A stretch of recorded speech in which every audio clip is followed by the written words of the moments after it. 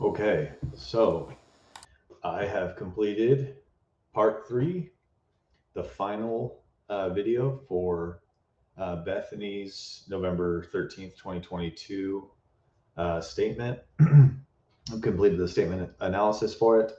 Um, there will be, actually, I should say, there will be a fourth video where I'm going to go through my conclusions, why I concluded what I concluded, and look at some interesting things and things like that. So, without further ado, let's jump into it.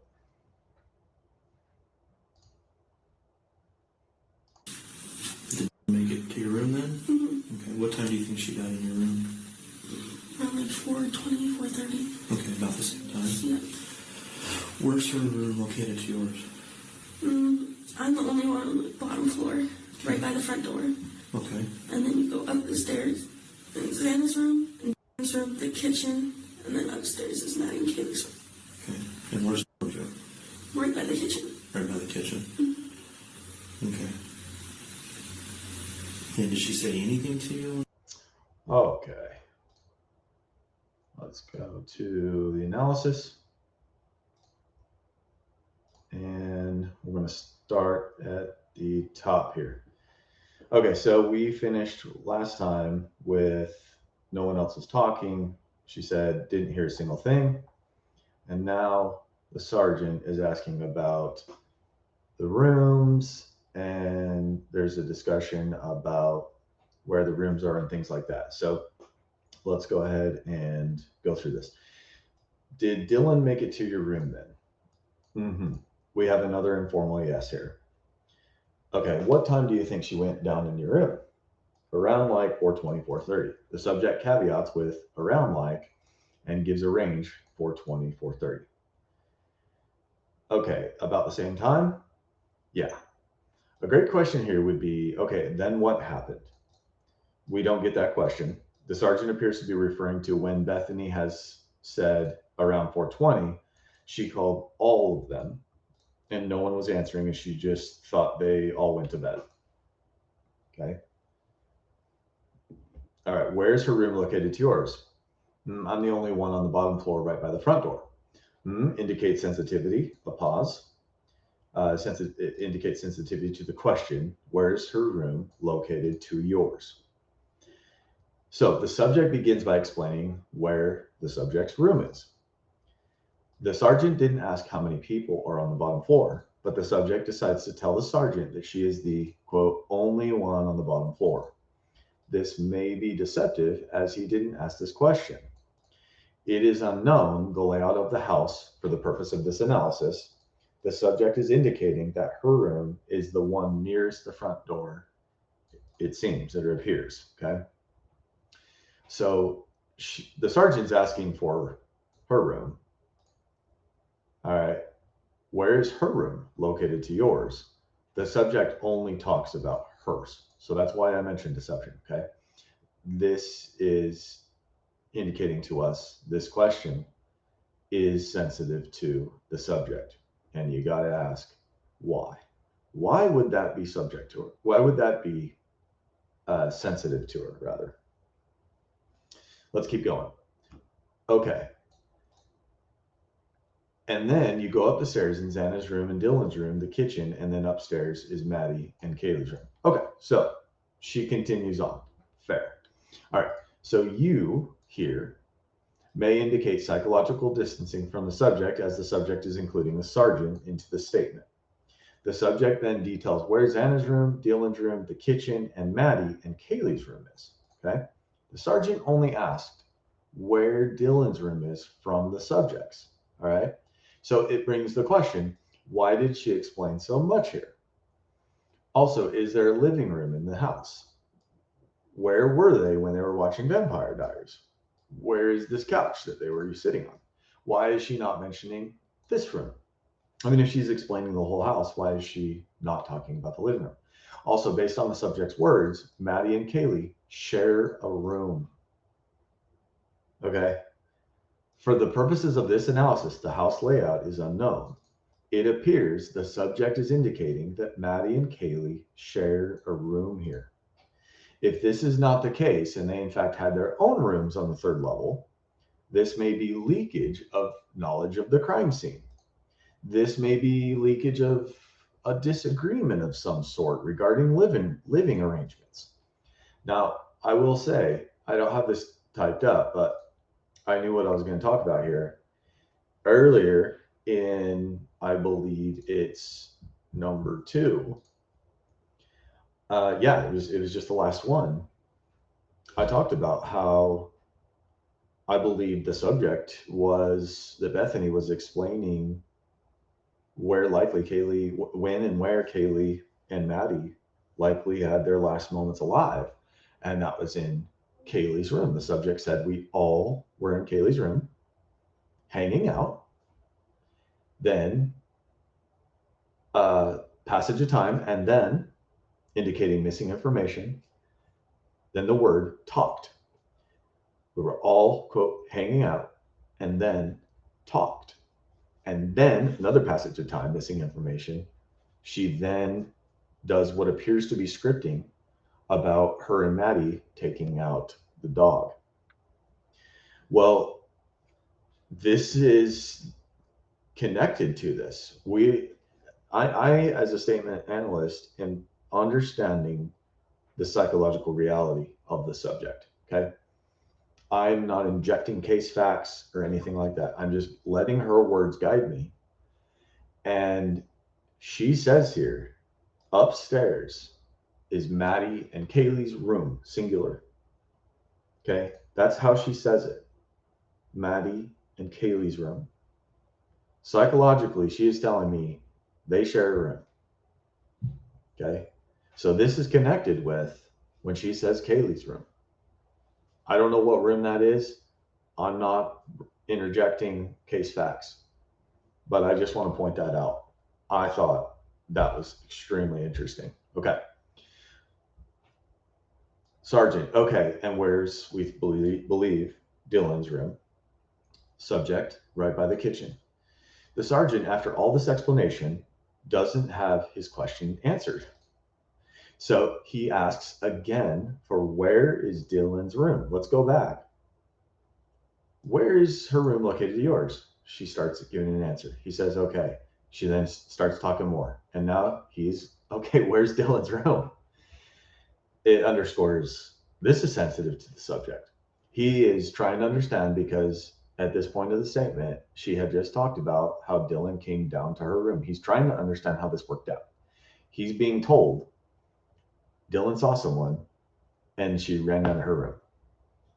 And he's going, wait, okay, so where's Dylan's room in reference to yours? I mean, did she run through the whole house? I mean, what's going on? I mean, I'm not analyzing him, but that's where this is going. And she is indicating sensitivity. She's not just being direct, she's explaining the whole house, and he is clearly not understanding. So he asks again, and where is Dylan's room?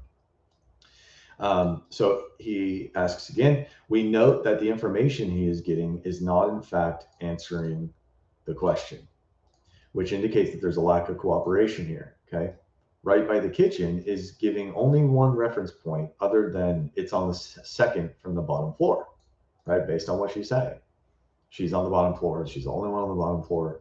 And then next floor up, you walk up the stairs and there's Anna, there's Dylan's, right? Okay, and then he asks right by the kitchen. So again, this is kind of proving my point here. He's confused. He's not getting clarity. He reflects this back to the subject, and she gives an informal yes. Mm-hmm. The fact that the sergeant has not been there, this may still, at least I understand, from what I understand. It sounds like he does have knowledge of what it looks like from the outside, but this may still not be enough information for the sergeant to understand where Dylan is in reference to the subject's room. Okay. So it appears the sergeant was trying to understand the path that Dylan took to go from her own room to Bethany's. I talked about that just a second ago. So this may be why the subject indicated sensitivity about the question. Then the sergeant says, okay, and did she say anything to you when she got in the room? And here's what the subject says. She said she thought she saw a man, but I didn't know what to think of it. I was like still half asleep, and I was like, I didn't know what to do. I don't know. It sounded like I didn't hear screams. I didn't hear anything. I didn't really know. Okay, so we have a lot of analysis about this. Okay. This, as you can see with all the colors, there's a lot here. All right. So now we're kind of getting into the meat and potatoes of some juicier things that the subject has said. So bear with me here. The sergeant asks about Dylan here. Did she say anything? Okay, it's a simple question. A better question would have been, so Dylan called you, then what happened, right? Instead, he said, did she say anything to you when she got in the room? It's actually a yes or no question, but we'll take it. We got some info. Okay. Said here, she said, is a soft word as opposed to told. Okay. Said indicates a lack of tension or intensity. She thought, okay, is a caveat.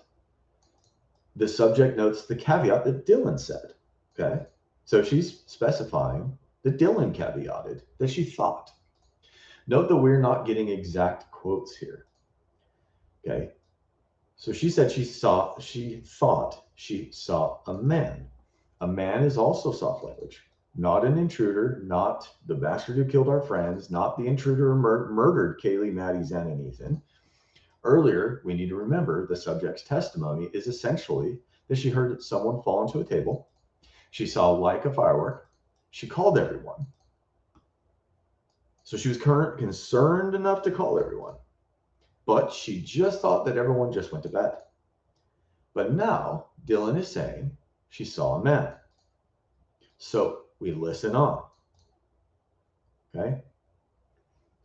But I didn't. Right? She saw a man, but I didn't. This is an incomplete, broken thought here, and it also gets repeated. This is clear indication of internal tension and stress, and also an indication of self-censoring. Okay. This is not a good sign, and we need to listen very closely. But indicates refutation or minimization of the thing said before it, which was she saw a man. I didn't know what to think of it. I was like still half asleep. Considering the sounds and the firework like things and the fact that the subject called everyone in the house, this seems to be a very difficult thing to believe. She was not half asleep. She could not say it. She could not say she was half asleep. She said she was like half asleep. Okay. This is again an instance where she couldn't say it. She has to caveat this again. This is not accidental. I was like, okay, so we're going to move on there. But actually, I just want to say, when I say she has to caveat this again, this is not accidental. She did this earlier. She did this thing. Okay. She said like half asleep. All right. So I was like is another broken, incomplete thought that again indicates internal stress and tension and self-censoring. So we have another one. She said she thought she saw a man, but I didn't know. So that's a broken thought. What to think of it? I was like still half asleep, and I was like, right? There's another broken, self-censoring, internal stress, tension. I didn't know what to do. She didn't know what to think and didn't know what to do. She gives us even more coming up. 6 negation indications. Negations, things that are said in the negative. What the subject didn't think, didn't know, didn't say. These are very important sensitivity indications. Okay. The subject was asked about what Dylan said. Okay. What in the positive did happen? What was said? When a subject responds in the negative, this alerts us to potential deception and potential leakage. Well, what did she think and what did she do? Okay, she's telling us what she didn't think and what she didn't do. She didn't know what to do. What she didn't know. She's not telling us what she did think and what she did do. Okay. So she isn't telling you that. We would love to hear. Dylan saw the son of a gun who did this, and I didn't think nothing of it at the time. I thought she was just making things up. I was so tired. I was so stupid and selfish. And because I didn't call 911, because I didn't go and check on them, they are all dead. I must live with this for the rest of my life. Whatever I can do to help with so that you guys can track this MFer down and get him, I will do it. And if you don't, I will figure it out myself. This is my quote here. But we would love to see something like that, right? We're hoping for something like that. This makes sense. You're saying that you just didn't think nothing of it. You just thought everyone was going to bed. You're walking your tightrope and you're saying, I was kind of concerned, but I wasn't concerned enough, even though all these things, even though all these indications were saying this. And even though the fact that hours later I'm talking to you and I have 4 dead roommates, I feel terrible about this. I messed up. I should have done something. She makes no indications of this. Okay. So going back to she didn't know what to think and she didn't know what to do. Well, if she thought Dylan was making things up, she couldn't say that. So we won't say it for her. She didn't say that. Okay. She almost gets there, but she can't say it. And if we are to interpret that she did think that Dylan simply was being a scaredy cat, let's say, and then saying, I didn't know what to do, that doesn't really make sense, does it? Because if she truly thought Dylan was making things up, then there wouldn't be anything to do. But just have Dylan come lay with her and everything would be fine because it's just Dylan.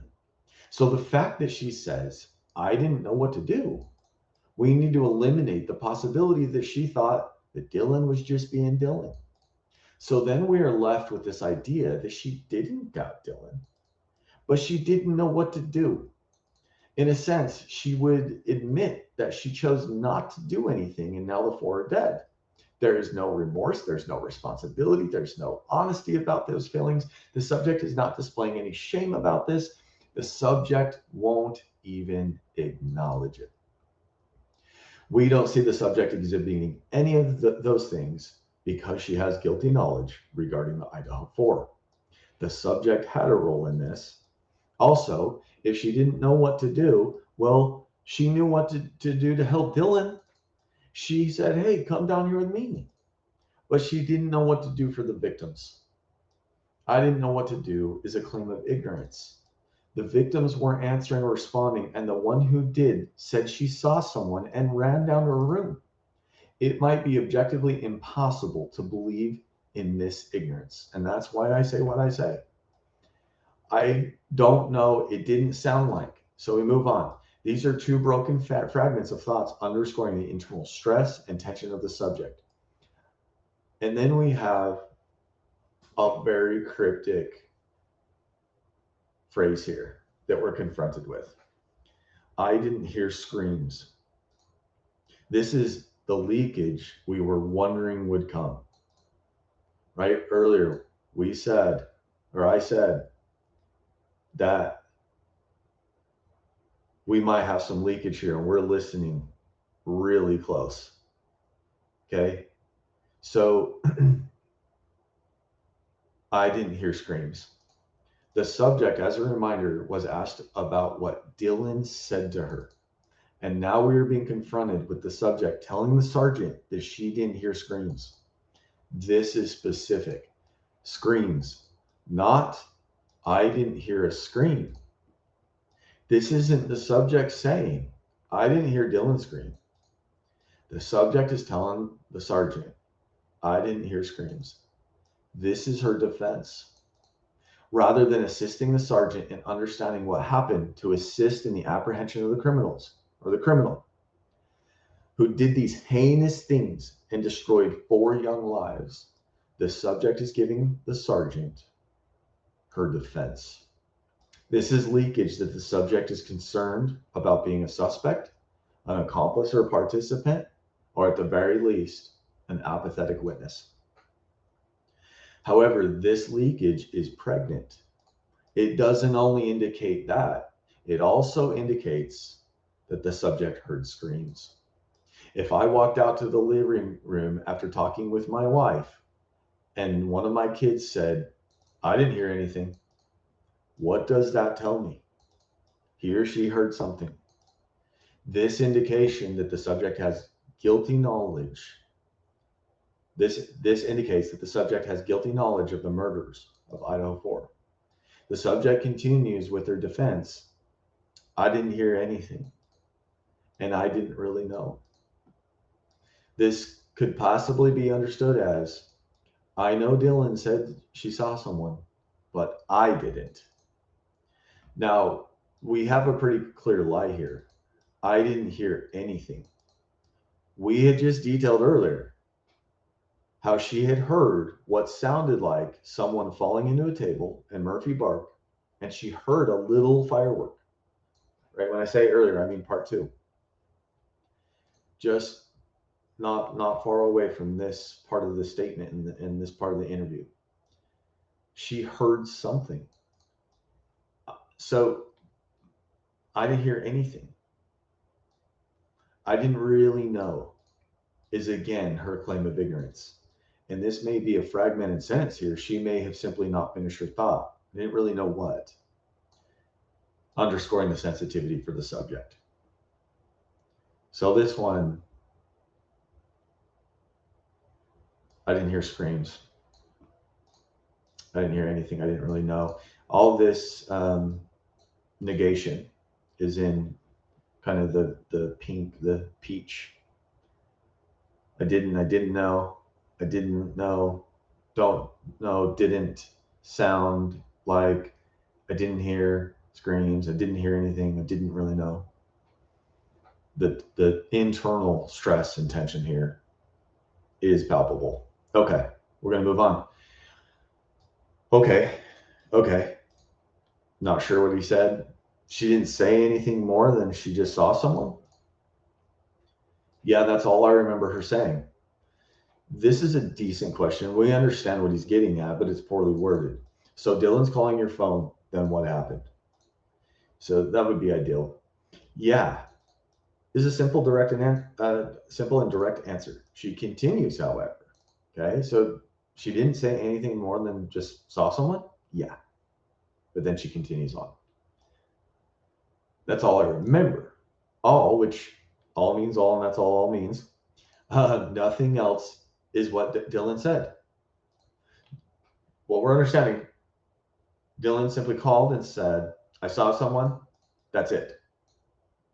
However, she caveats, I remember. Right? That's all I remember. She may have said more, but that's all I remember. Now, again, saying is a soft word. Why is it doing that? My computer is wigging out. Saying is a soft word. Okay. This is low intensity. Why is my computer wigging out? It won't let me. That is weird. Okay.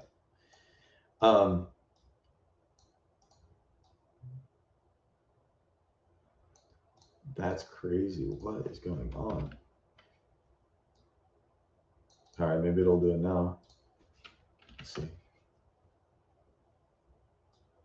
Oh my goodness. Look at that. It skips it. I don't know what's happening. All right, anyway.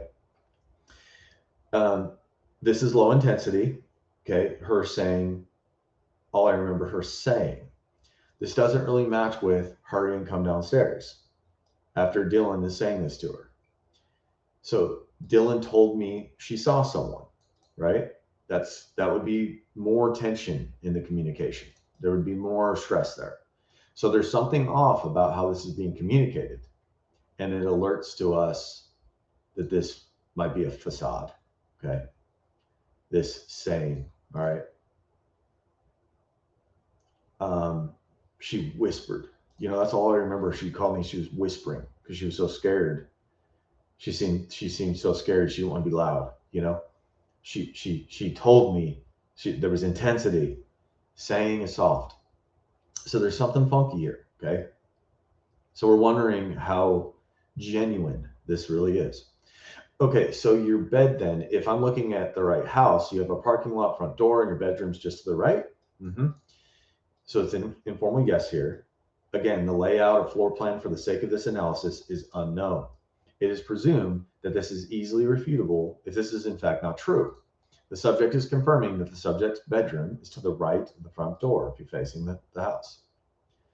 Okay, and that's where you slept from by the time you finally got into your room around 4-ish or so. Actually, before that, at like 3 or something.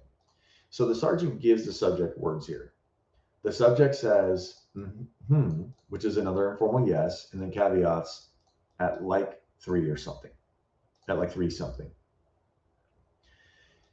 Yeah, so you were in there sleeping. Okay, Dylan got to your room, maybe somewhere around 4:20-ish, but Dylan was already home by that point. It is unclear what the sergeant was attempting to uncover here exactly. It seems like he was wondering if Dylan just got home and saw someone and then ran down. He's trying to understand how this happened. So the subject answers with an informal yes, and that's it. It's not a great question. Again, so when you went downstairs, what happened? Back up. Tell me again. You knew that Maddie and Kaylee were home. Do you know when anyone else in the house got home? This is very important. I don't know when Xana or Ethan got home. I didn't hear them come in or anything. All right, this is a big one. Okay. So she starts with negation. I don't know. This is not the same thing as I don't remember. She is saying that she has no knowledge of when Xana and Ethan got home. The sergeant asked about anyone else, and the subject focuses on Xana and Ethan, telling us that the subject has narrowed down who else is there that is unknown at this point in terms of arriving to 1122 King. At least if we're interpreting, which we don't do. However, in terms of the victims, these two were the remaining unknowns in terms of the time they arrived back home. Okay, so these were kind of the two unknowns when it comes to the victims.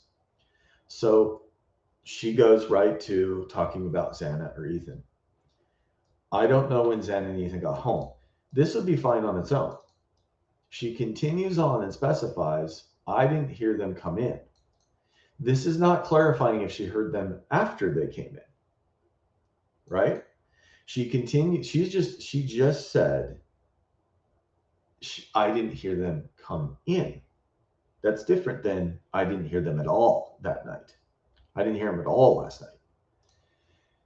This is really important, okay? She continues and says, or anything. We don't know what anything means. And so if she cannot say it, we will not say it for her. Earlier, she had mentioned that she thought the noise or sound upstairs was Ethan because he's usually loud with those things. I believe that's the direct quote. But again, she wasn't specific at that time either. She went passive. He's usually. So the subject doesn't speculate here. She doesn't provide any limiting factors, if you will. Like, well, they must have come home from sometime between blank and blank, and here's why I know this. Which that information would be very helpful for the sergeant and the investigation. The arrival of Xana and Ethan is not something she wants to even speculate about, apparently. She doesn't offer to share what Dylan had thought about this or what Dylan potentially said about it. And given the fact that Dylan came down into her room, it makes one wonder if there was a conversation about whether Xana and Ethan were even home at that time then. Did they not compare notes about this? It is important to understand that the sergeant has not asked about, and the subject has not communicated this directly when the subject found out that the Idaho 4 were even deceased. Okay? So back to the statement, the lack of clarity here is very concerning regarding the arrival of Xana wow, Xena, I keep doing that. It's because it's Ethan, Xena, Xana. I'm sorry, Xana, and Ethan. Earlier in the statement, it was noted that when the sergeant asked the subject about what she saw when she got home, she immediately jumped into a scene of her, Dylan, and Lakeland sitting on the couch watching Vampire Diaries, and no one was home yet. It was noted that I always get those mixed up. It was noted that there was a possibility of persuasion there.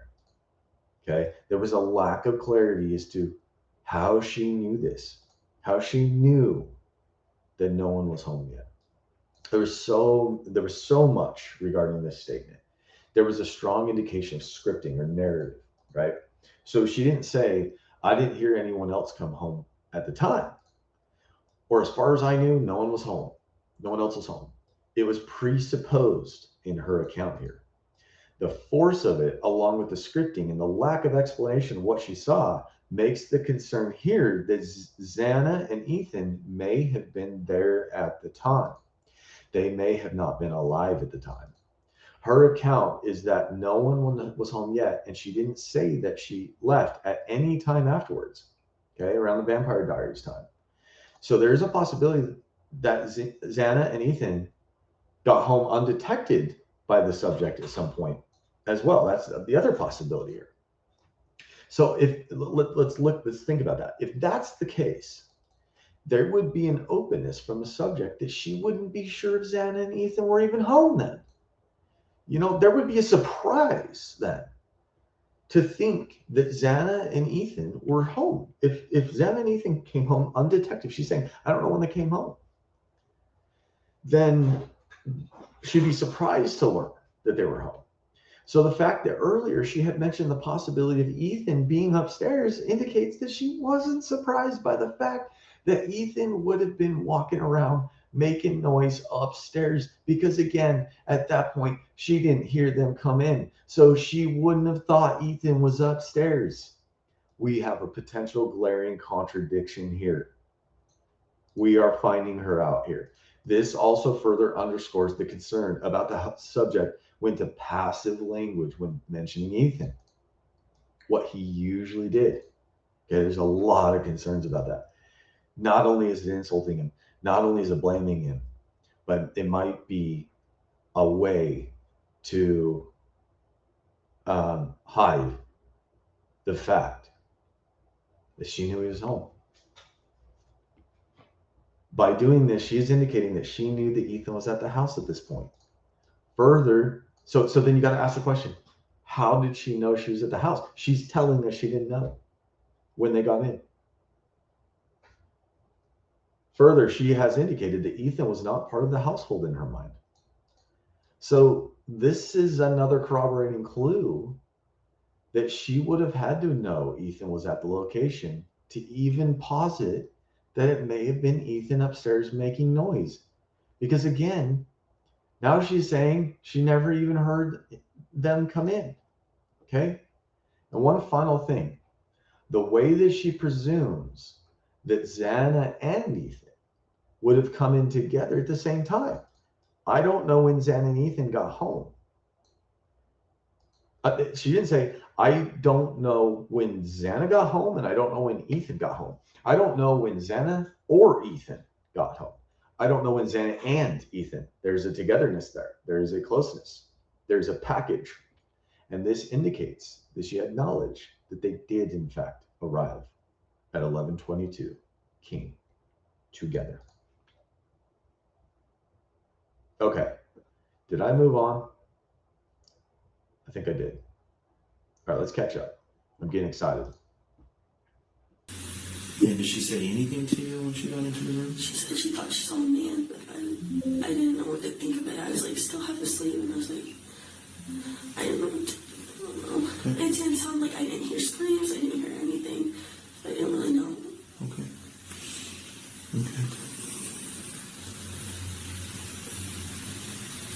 It noticed that she didn't say anything more than she just saw something. Yeah, that's all I remember her saying.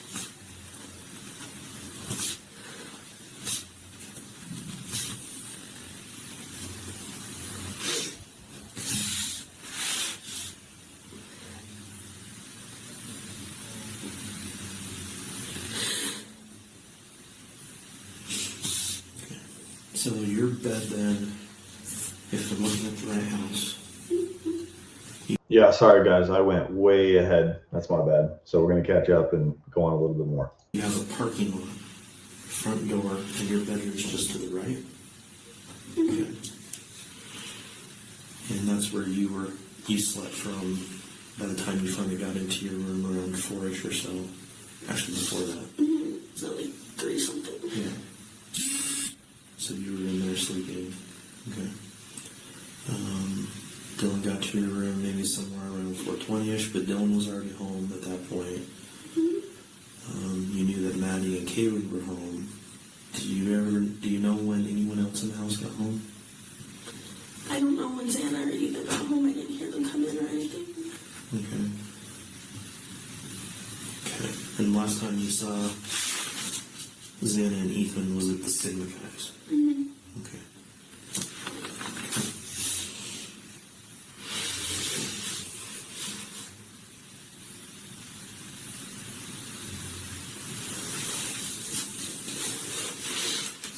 So,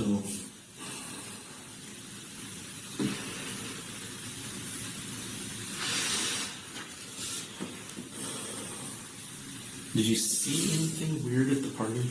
There at the... Just a little. Okay. And All right, let's pause there. Pull up the transcript here.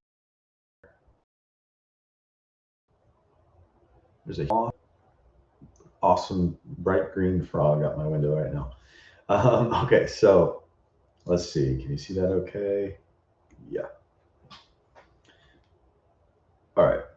So we went over, I don't know when Xana or Ethan got home. I didn't hear them come in or anything. And now we have, okay. Okay, and the last time you saw Xana and Ethan was at the Sigma Chi? Mm-hmm.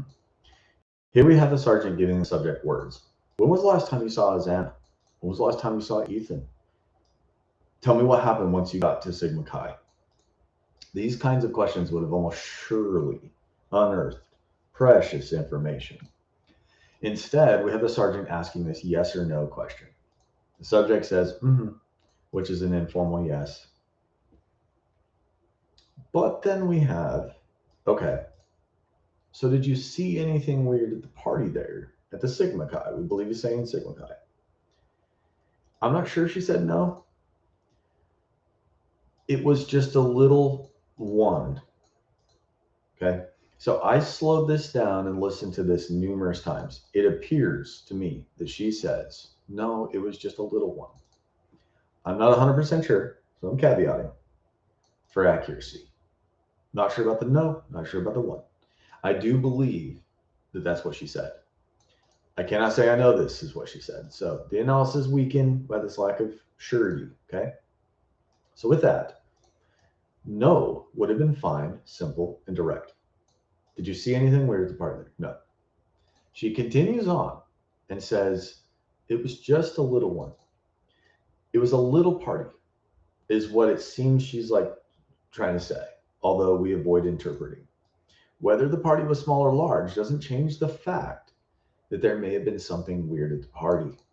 She diverts the essence of the question here, alerts us to deception, employing a red herring, which is designed to misdirect the attention of the listener, which would be the sergeant. There are multiple indications that this question is sensitive to the subject. We also have some unnecessary persuasion. It was a little one, would likely be true.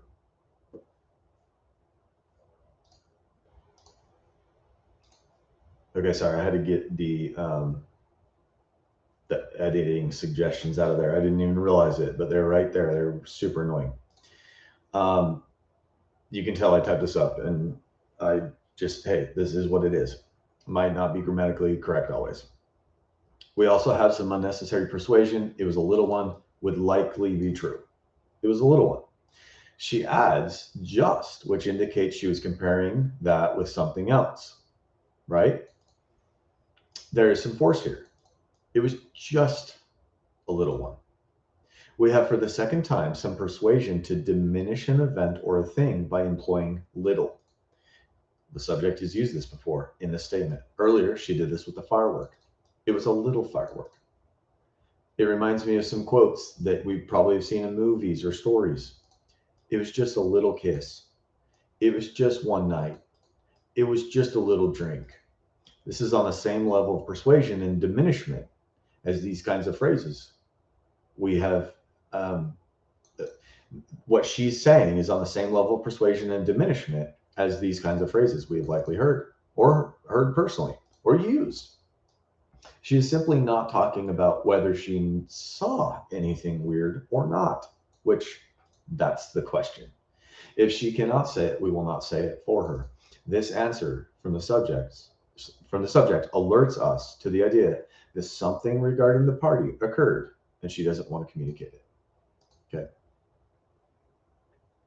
All right. Let's go back and listen on.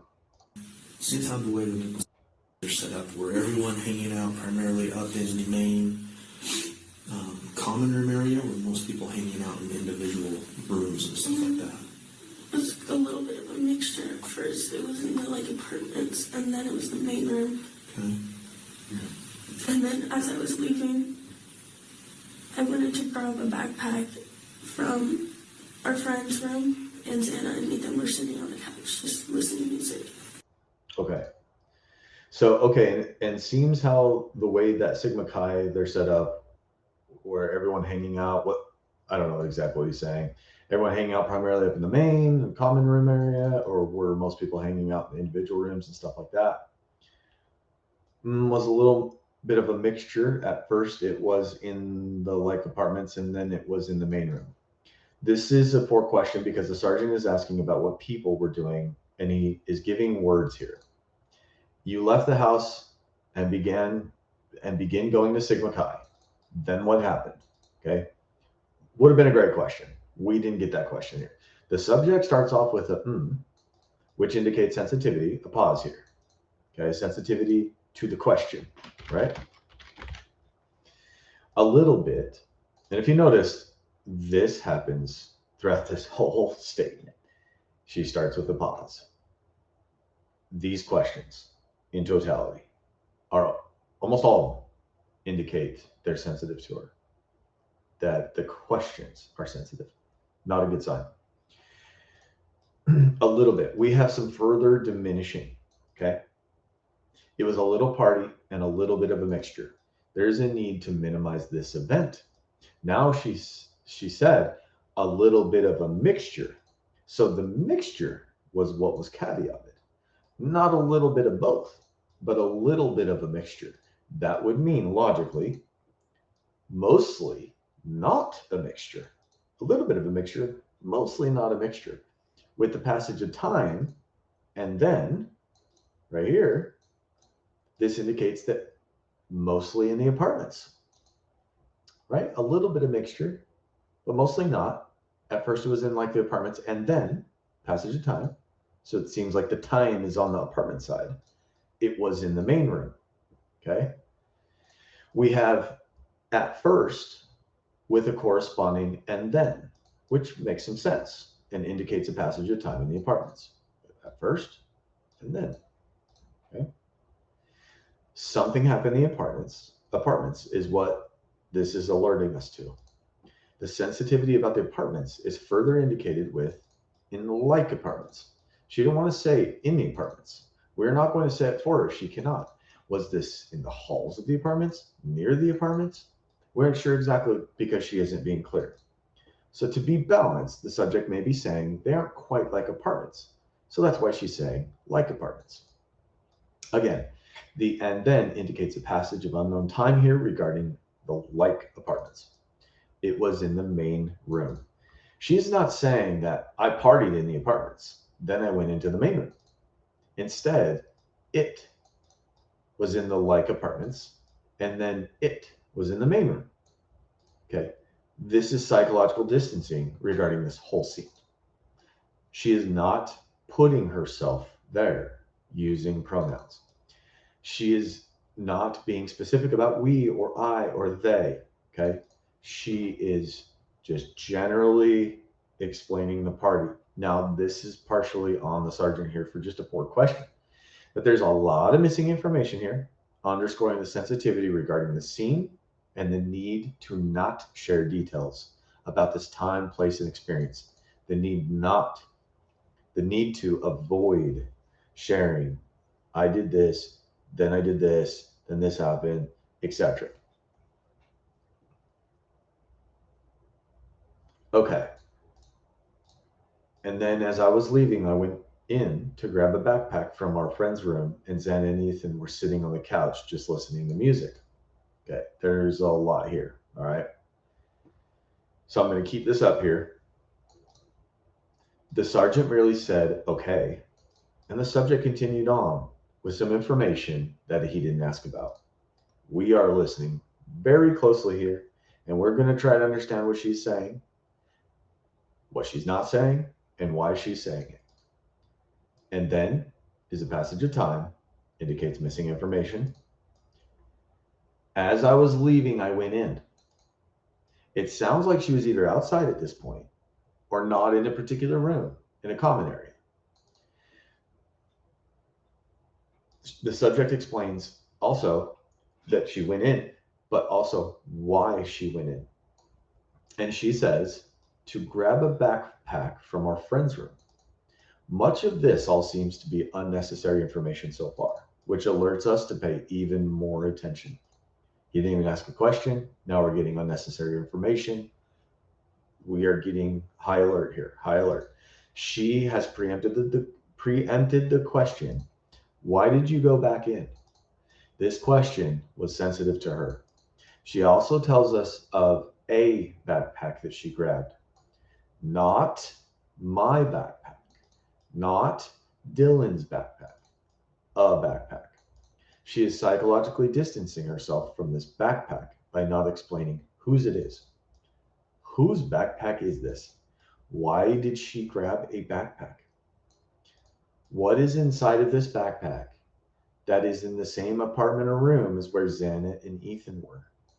Why was it in the same room?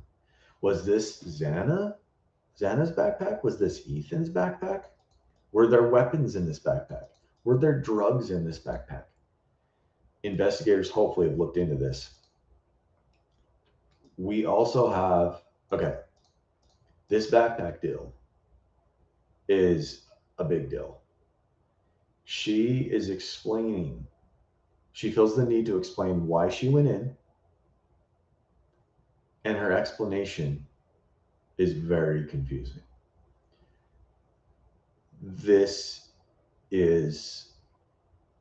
I'm really wondering about this backpack.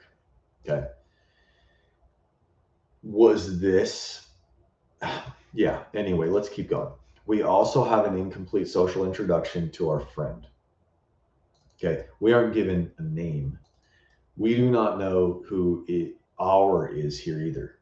Our friends.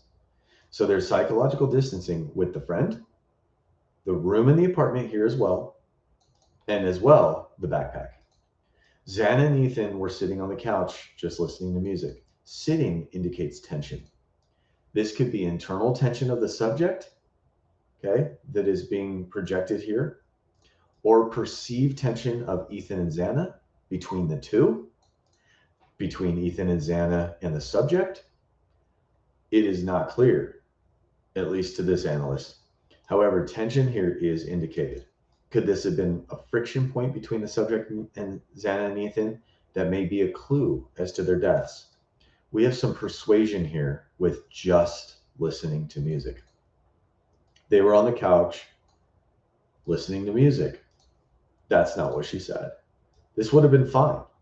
But we have an addition of sitting and the addition of just. Oops. It seems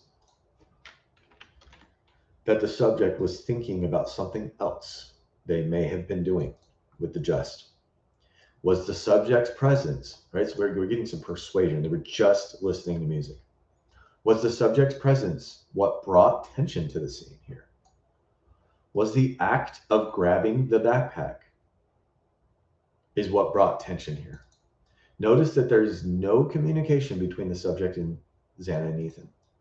there's also an indication that this was, there's not an indication that this was what she observed. I saw Xana and Ethan on the couch listening to music. This is not what she said. This may be scripting here. So we need to be very aware that she's talking all on her own. The sergeant didn't ask anything. And this is scripting. And that the tension is merely internal with the subject about covering this information with scripting here with the investigator. Is this a misdirection that the subject offers to improperly place Xana and Ethan at this party while she was leaving to possibly distance herself from these two here? Okay. She's not saying the last time I saw Xana and Ethan was at this room.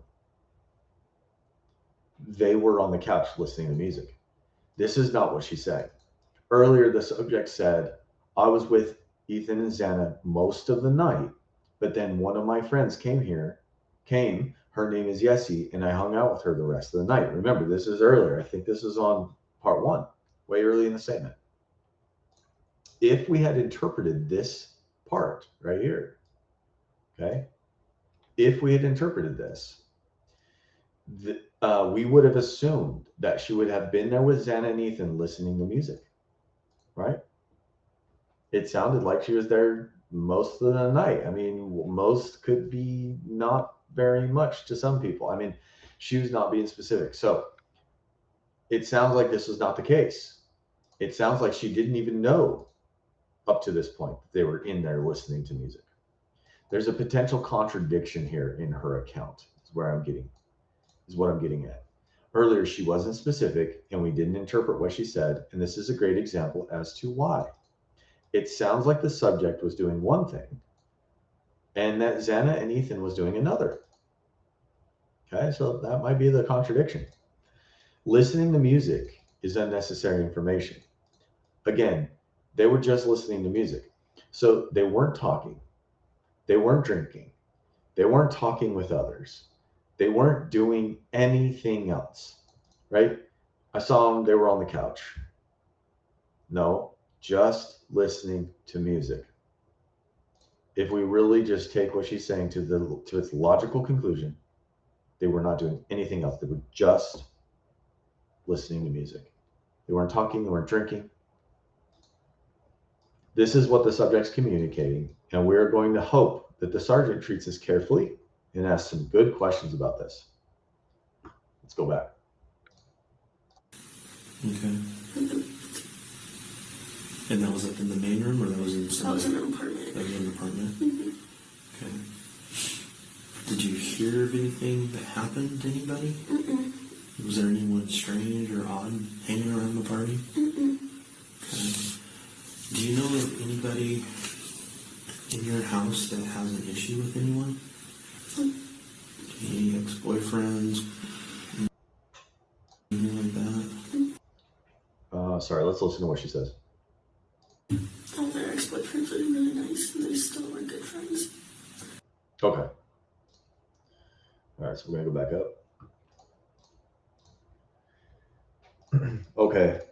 At the, not sure what she said here. And that was up in the main room, or that was in an apartment. In an apartment? Mm-hmm. It sounds like the subject said at the, but it was interrupted by the sergeant and it was hard to hear, so we move on. The sergeant asks about where that was, and the subject says that was in an apartment, which that was in is parroted, okay? The subject contaminated. Okay, an indicates further distancing from this apartment, as the subject is again not specifying whose apartment this was. At first, it was our friends. Now this was in an apartment. I say that's probably wrong, but the sergeant then asks in an apartment, and the subject answers with an informal yes, with mm-hmm. Okay. Okay, did you hear of anything that happened to anybody? Mm-mm. This is a peculiar question and not a great one to ask. That's it. I'm being nice. The subject says right away, mm-mm, which is an informal no. The subject did not hear anything that happened to anybody, not one thing. The fact that 4 of her roommates were murdered and that 2 were spared, her being one of them, would naturally bring questions of, why was I spared? Why was Dylan spared? Is this someone that is close to me and Dylan? Is this someone that knew us? Was there something that I missed last night? We don't see any evidence of that kind of thing. Just, mm-mm. This is further corroboration that the subject is not an innocent party and that just so happened to not witness anything and didn't know of anything nefarious going on the night prior or this morning. It's what she's not saying here that is so concerning. I mean, did you hear of anything that happened to anybody? Mm-mm. Was there anyone strange or odd hanging around the party? Oh my goodness. Mm-mm. The sergeant gives it another shot. The subject is steadfast with an informal no, with an mm-mm. Again, it's what she's not saying here that is so concerning. Okay, do you know of anybody in your house that has an issue with anyone?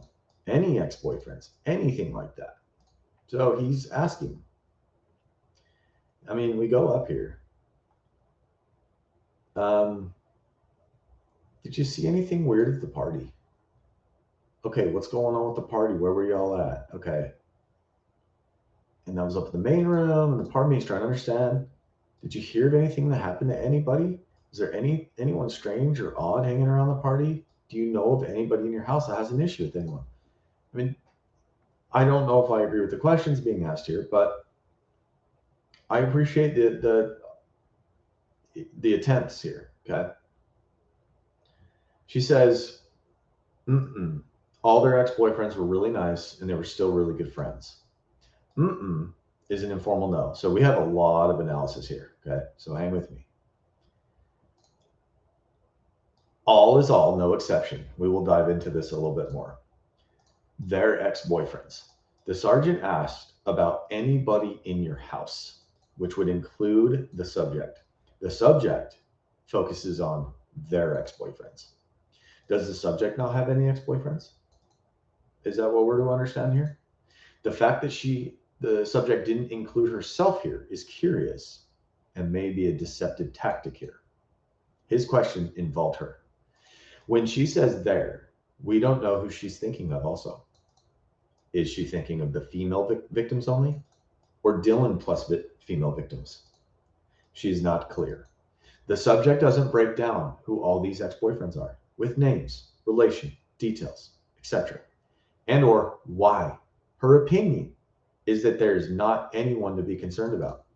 She simply knows that none of them are a potential problem.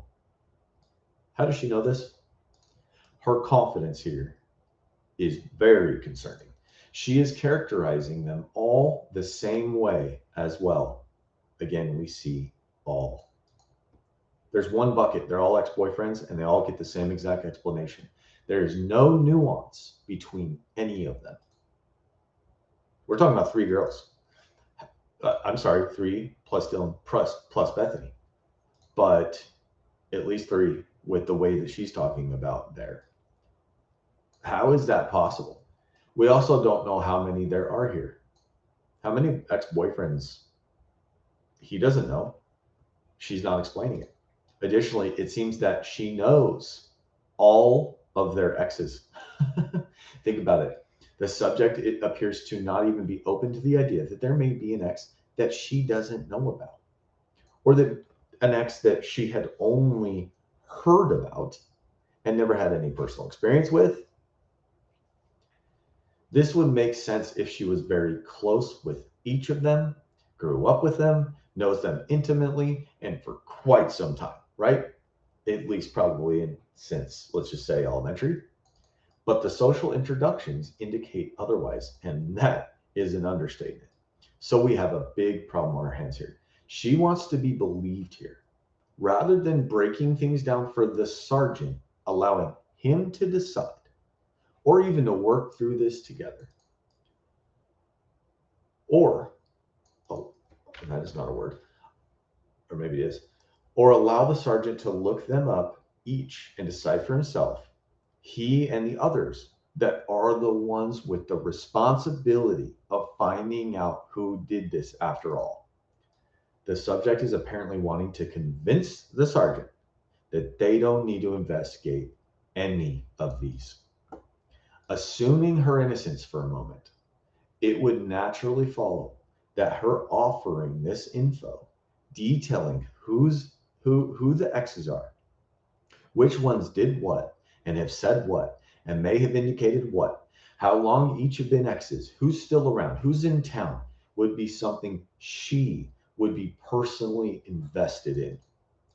Regarding this, her lack of concern and openness, her silence here, what she is not saying is equally concerning as what she is saying. Given we have many indications that the subject has guilty knowledge, we are faced with two possibilities here. Number one, she knows that none of them were involved and she wants to protect their innocence. She's being moral. Rather than engaging in misdirection and deflection or the introduction of alternative suspects, she is focused on protecting individuals, ex-boyfriends, she knows to be uninvolved here, while conveniently avoiding talking about any of her own. Let's just throw that out there. Or two, so that's number one. Number two, one or some of these were involved, and she is seeking to protect them for obviously nefarious reasons. Given the statement in its entirety, the former, number one, is way hard to defend. So let's think about this as we continue to analyze what she's saying here. Okay, I'm going to continue on thinking about this. Ex-boyfriends were really nice. This is past tense. So is were, okay, I mean were here in quotes, connected to ex-boyfriends or really nice? Okay.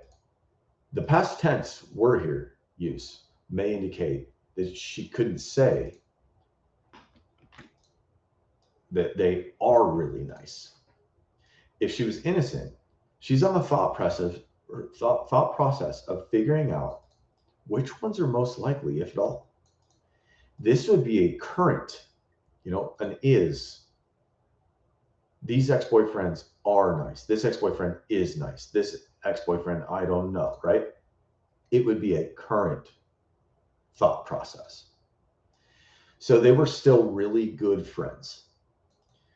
We see an indication of persuasion here, okay? Unnecessary emphasis with really, right? Persuasion has a need to persuade.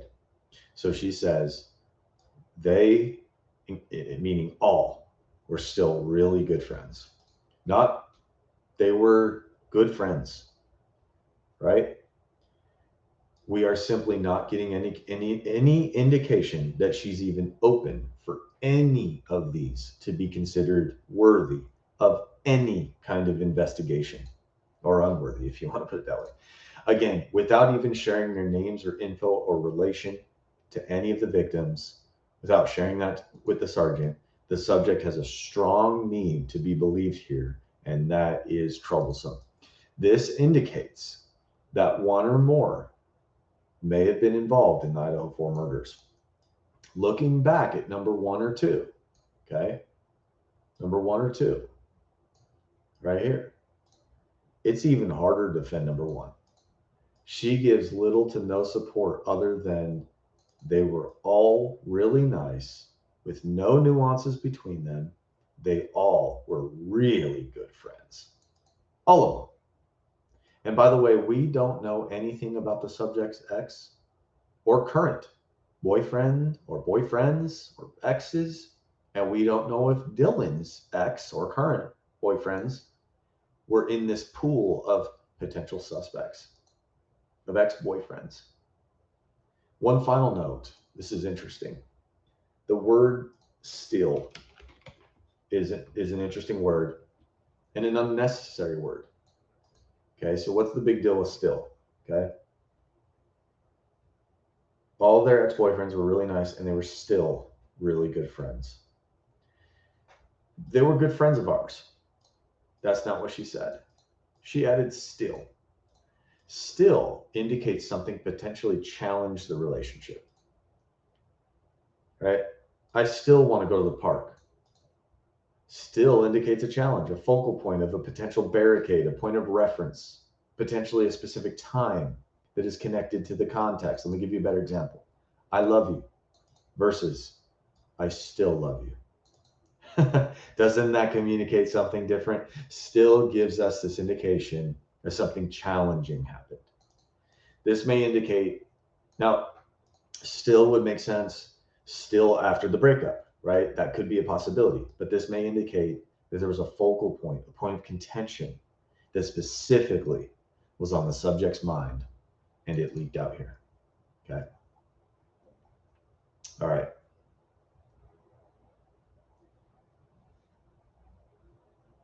Let's keep going.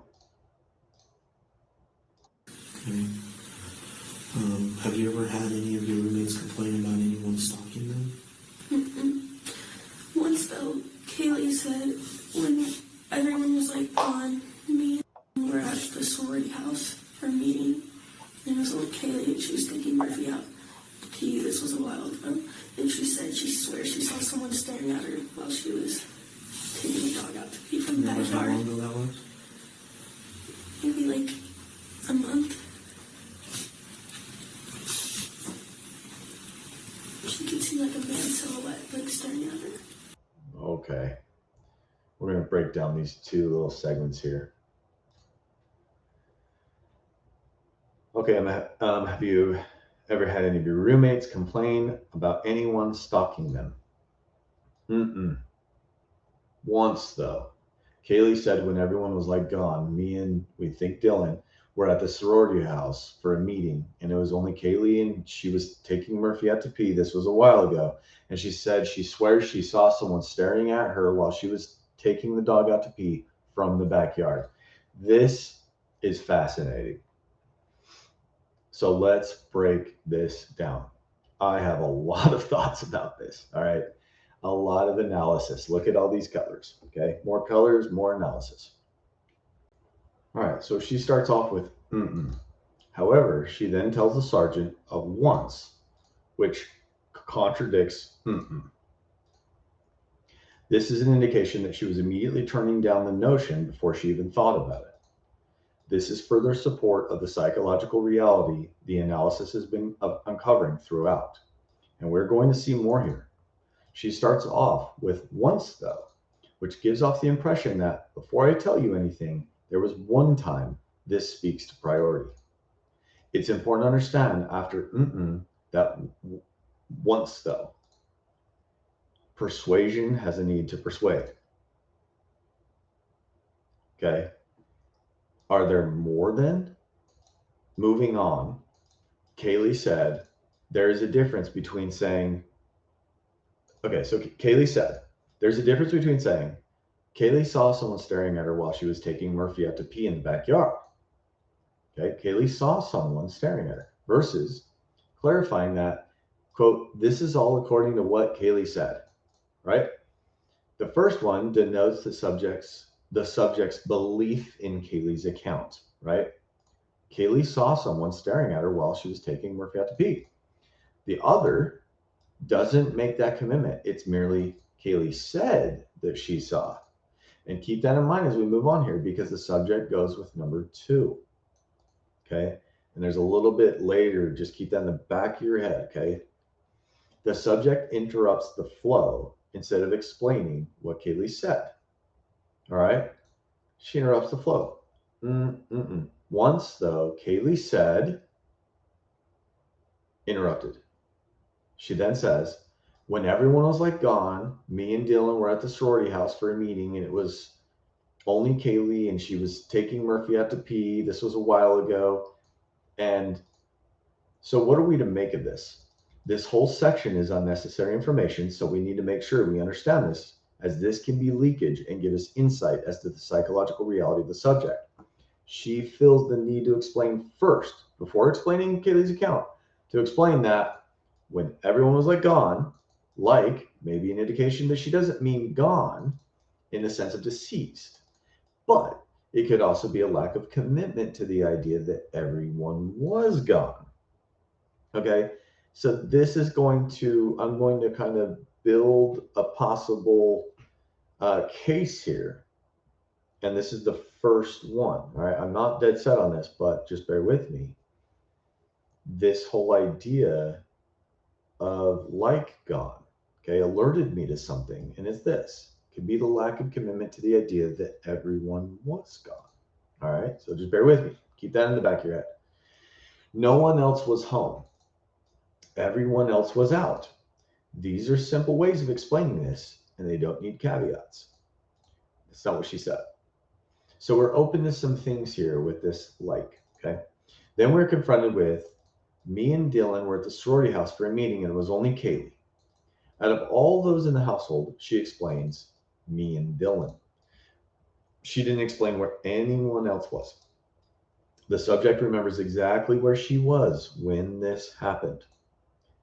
We are alerted to the sensitivity here of the need to explain where the subject was at the time.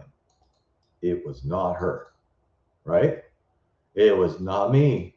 Not only that, we see unity with Dylan here. Me and Dylan. Me and Dylan didn't have anything to do with this. This is what seems to be the need here.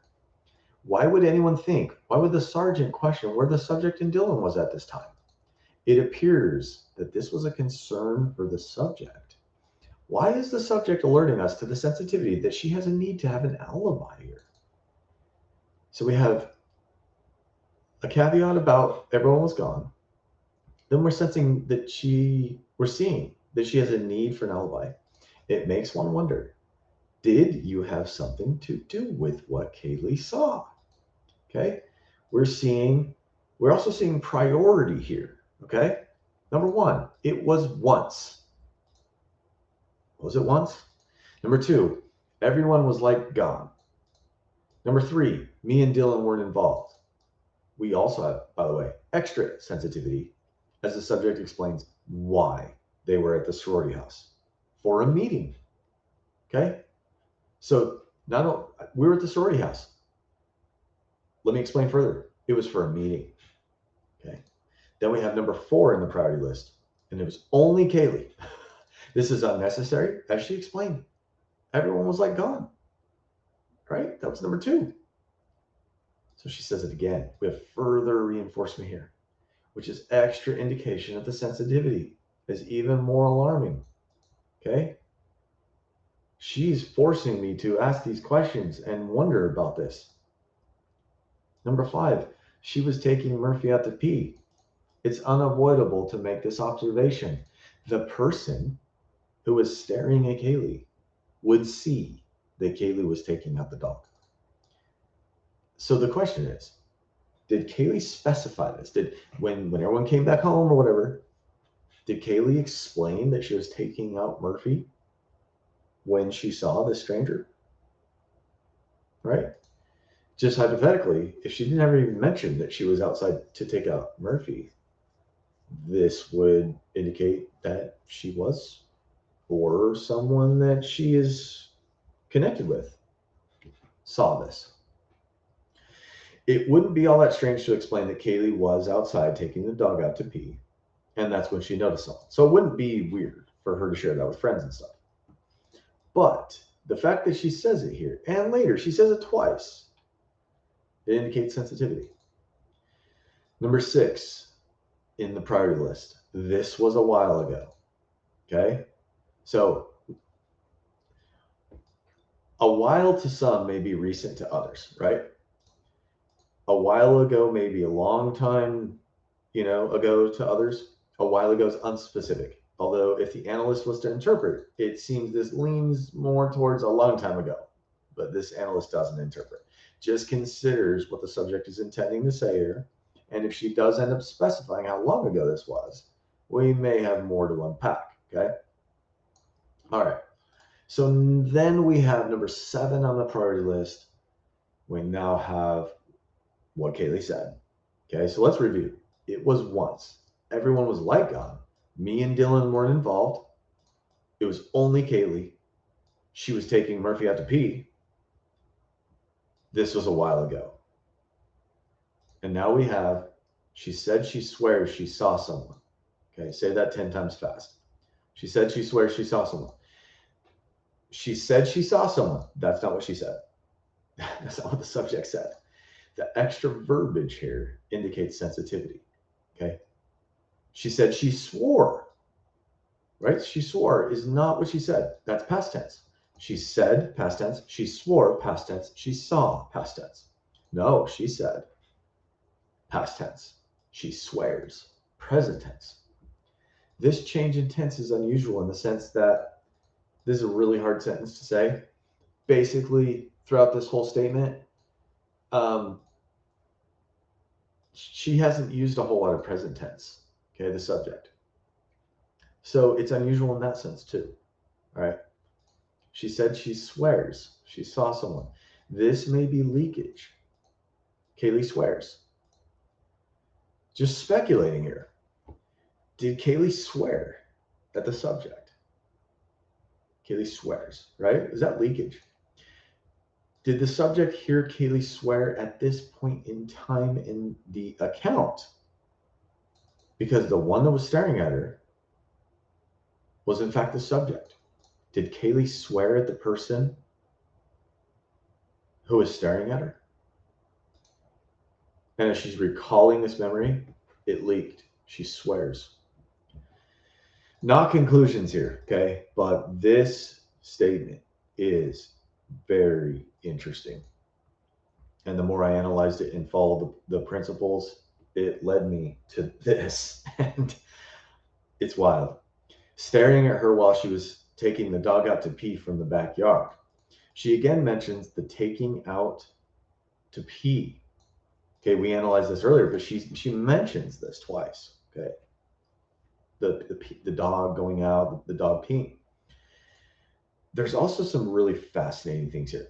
We notice the backyard, which we that may indicate psychological distancing from the backyard.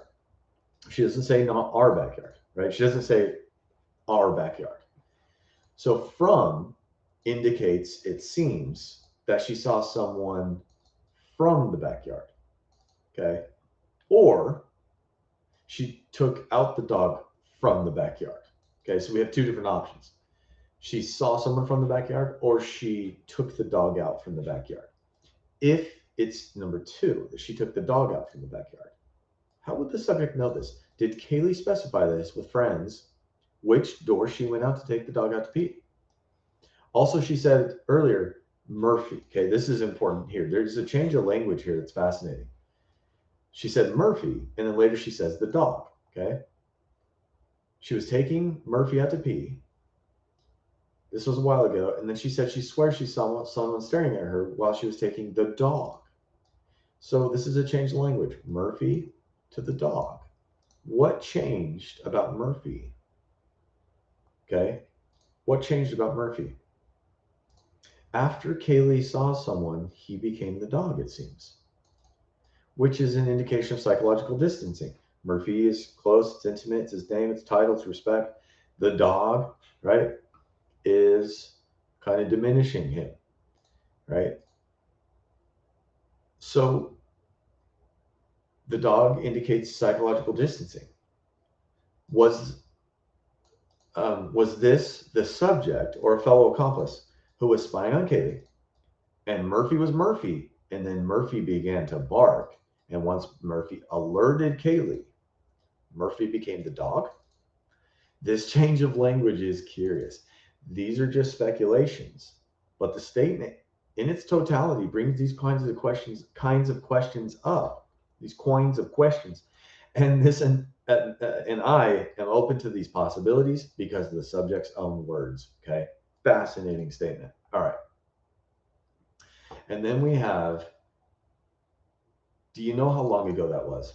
Maybe like a month. But then she says she could see like a man's silhouette like staring at her. So the sergeant asks how long it was. It seems like earlier the subject communicated this event was a longer time ago, right?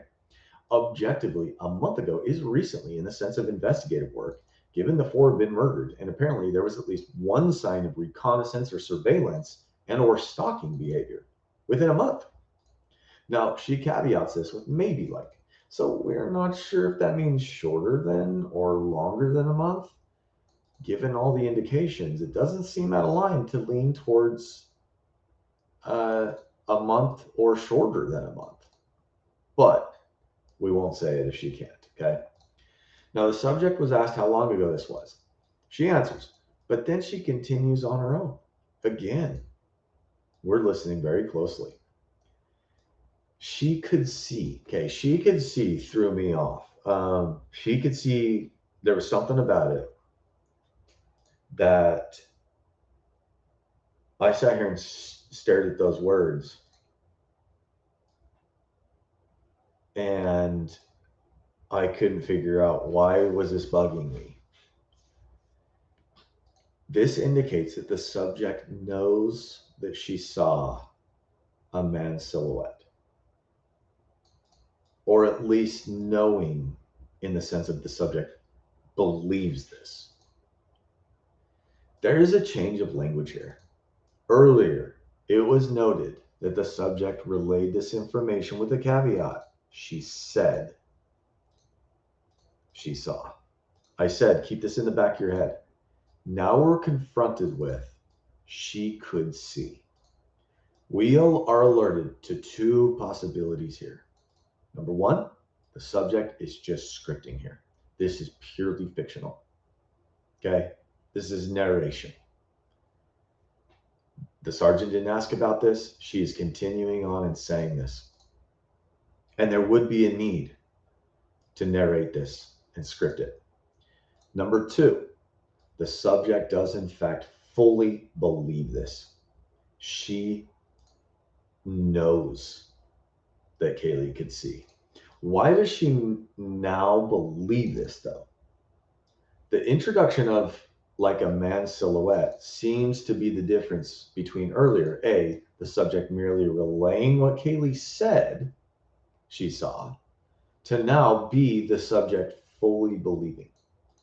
Number one and number two are on the table, but given the full context of the statement, okay, it seems like this is scripting, a diversion.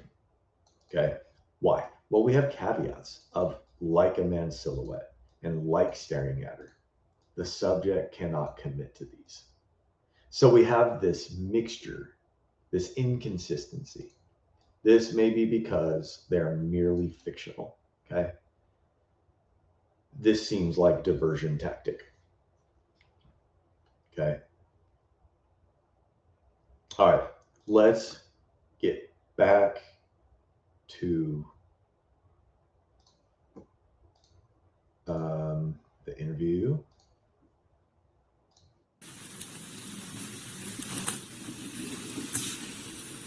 You think it was about a month ago? Mm-hmm.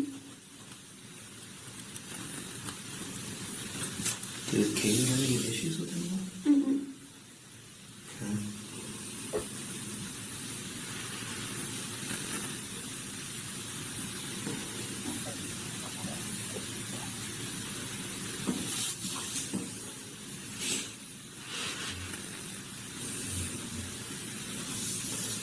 None of them have made any comments or statements of anyone trying to come onto them or anything like that.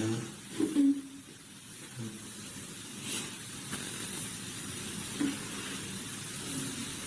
And you said that all of the ex-boyfriends and that, they're all normally very nice and stuff like that. Mm-hmm. Are any of them fairly recent breakups?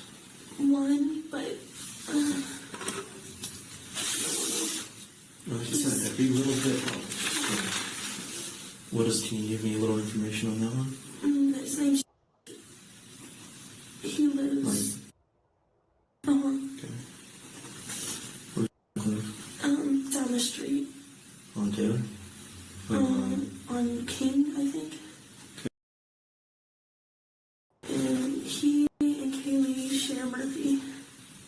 Okay. And they dated for 7 years.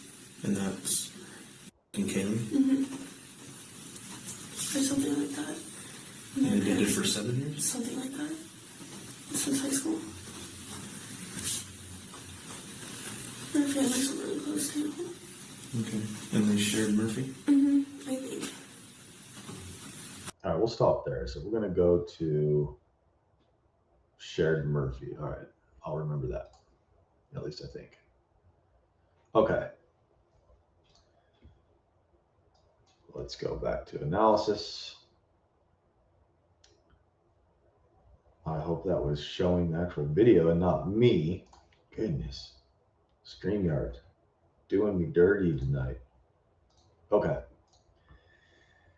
You think it was about a month ago? Mm-hmm. The subject gives an informal yes here. A good follow-up. How do you know it was about a month ago? Didn't ask that. Did Kaylee have any issues with anyone? Mm-mm. She said this really fast too. Like, no thought. The subject gives an informal no here. There's so many interesting questions here. Who do you think it was? Who has had issues with Kaylee before? Not did Kaylee have any issues with anyone? Yes or no? Who has had issues with Kaylee before? Who may have stalked Kaylee? How do you think they knew that no one else was home? Who was she concerned that it may be? Who was she concerned that it may be? Not did she say who she was concerned it might be? Who was she concerned that it might be? He didn't ask any of these. Okay, none of them made any comments or statements of anyone trying to come on to them or anything like that. Mm-mm. Didn't even think about it. The subject gives an informal no here. Some great questions. Who has shown interest in Kaylee? Who was the last person to have a relationship with Kaylee? Okay. Anyway, and you said that all the ex-boyfriends and that they're all normally very nice and stuff like that. Mm-hmm. The subject is an informal yes here. Some great questions. Who all are her ex-boyfriends? Tell me about blank. What do you mean by really nice? Here we go. Are any of them fairly recent breakups? Now this unearthed very interesting stuff.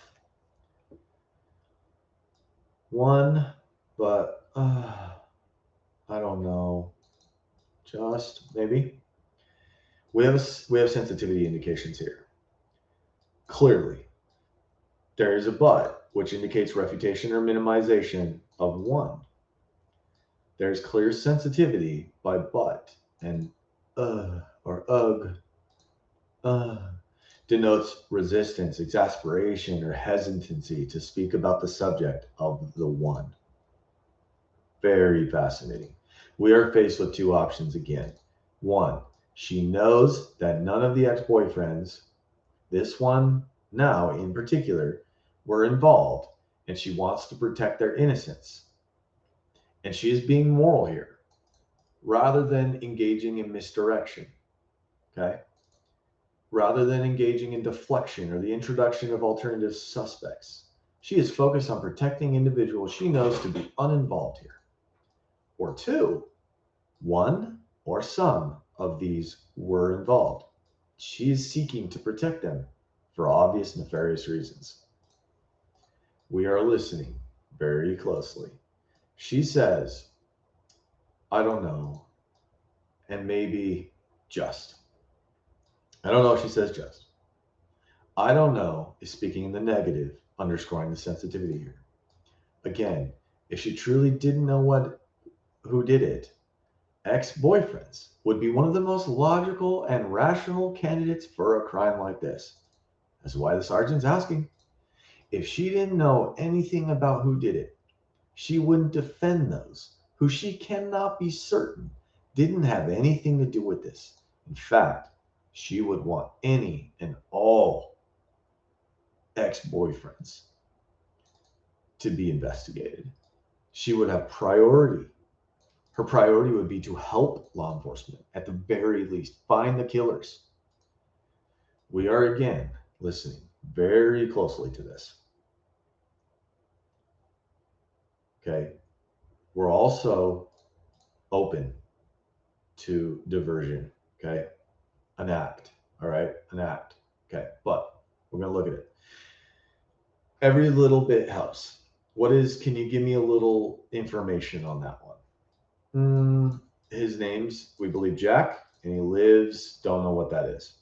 Indicates a pause, indicating sensitivity to the question. Note, the sergeant seems to have to explain something that shouldn't have to be explained. Every little bit helps. And he says, can you give me a little information on that one? A little information? The sergeant asks for morsels of information from the subject. This is a clear indication that the subject is not cooperative. Okay? At this point, if you've been able to watch me analyze this and you are still not seeing the forest from the trees from the forest here, the sergeant, is Bethany on team victims, or is she on team whoever did this? The sergeant is asking for morsels of information from her. He's practically begging. Also, the sergeant does not seem alerted to the reality that he is being confronted with a roommate who needs to be coaxed and slightly begged into sharing what objectively should be information that an innocent roommate would never hesitate to give. The lack of concern about involvement or guilty knowledge of the subject regarding the Idaho 4 murders is concerning. Now, we have some things that we aren't sure about here. The transcript I was given says this is Jack. The subject continues with explaining apparently where Jack lives. We don't know, okay? Redacted. We don't know what's going on here. All we know is informal yes occurred. Okay, where does Jack live? This made me shake my head. I'm down the street. Hey, where's your friend live? Down the street. The subject details precisely where this Jack lives at this point. Apologies, I misread. The subject merely gives an ambiguous answer. Down the street. This reminds the analyst of when he asks one of his kids to clean their room, and the little turd says, "Do I have to?" Joking aside, this is very concerning how little the subject is sharing here. This brings images of a parent dragging their child while their feet are scraping against the floor, and they're literally being dragged because the child doesn't want to. This brings Jack more into view as a possible accomplice. Why is the subject being cagey? She's either brilliantly creating this diversion that it appears that she just doesn't want to say it, but she actually does want to say it because she wants the diversion. She's playing reverse psychology here. Or she does not want to talk about Jack. She does not want to explain where he is because he is involved. On Taylor, on King, I think. A pause with indicating sensitivity to the question. Then on King, but then I think. She's caveating. She clearly doesn't want to provide details. She's almost feigning ignorance. I hope I said that right. It's getting late. And the sergeant appears to not think this is strange or peculiar. Where is he? Down the street. On Taylor? On King, I think. Okay. And he and Kaylee share Murphy, and they dated. Oh, okay. And then the subject says, she adds, and he and Kaylee share Murphy, and they dated for 7 years. Interesting. She all of a sudden provides this information. The subject now provides some context with no question from the subject. Okay. Now, right now, I'm just looking at this. Is this a diversion from explaining the address? Hey, I'll throw you a bone here, but I don't want to talk about the address. That's very interesting to think about. We're listening very closely and alert for further scripting. We have a present tense, which is a good sign. Kaylee and Murphy shared, or Kaylee shared Murphy, as opposed to shared. This was a long-term relationship. Okay. This was someone who was very close to Kaylee for a long time, it sounds like. I mean, this is simply not a fling. This is someone with what would be assumed to be a close emotional attachment to Kaylee, which further brings this person into view as a possible accomplice or suspect. Okay. Someone who has strong attachment to Kaylee. And he's an ex. Okay. So we're going to listen on. I didn't forget. Thank God. Okay. How long did they break up? Maybe like 3 months or something. But they're still on really good terms. Do you know why they broke up? She was gonna. Oh, I lied. I did forget. Okay. We still have more analysis. I shouldn't have said anything. No, just put my mouth. All right. So, and that's Jack and Kaylee. Okay, that's where we're at. I'm sorry, guys. We have an informal yes here again. We are then confronted with, or something like that.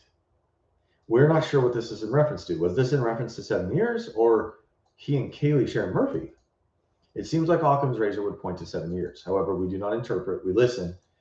Then, which was an indication she was going to say more, but it was interrupted. Okay. But we do get some clarity here. They dated for 7 years, something like that. Okay. So something like that. It was regarding the 7 years since high school, and their families are really close too. We're getting more information from the subject. Again, I can't help but notice though, we're no longer talking about that address. Is that address sensitive to her? We're clarified that something like that was in reference to the 7 years. They had dated since high school, and their families were really close to. This may indicate why the subject did not want to mention Jack's name. She didn't want to talk about Jack. The fact that Kaylee's and Jack's families are really close may underscore the closeness that Kaylee and Jack had, right? Was Kaylee someone that Jack wanted to marry? Did Jack dump Kaylee, or did Kaylee dump Jack? The latter would be fertile soil for motive potentialities. Okay? They were together a long time. Did Kaylee just dump Jack and now she's dead? I mean, that's connect the dots, people. Okay, and they shared Murphy? I think. Now the subject caveats sharing Murphy. This is a change of language. Earlier, she made no such caveat. Okay? She made no such caveat. He and Kaylee share Murphy. And now she's caveating. Now shared indicates closeness. Now she's caveating this. This is curious.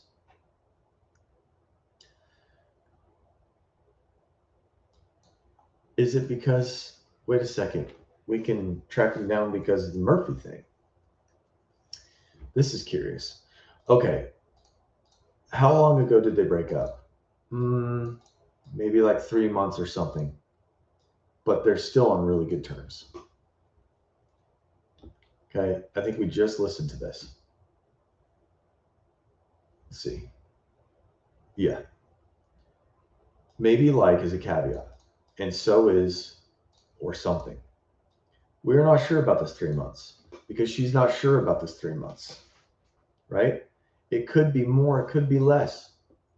Less would underscore even more concern about Jack.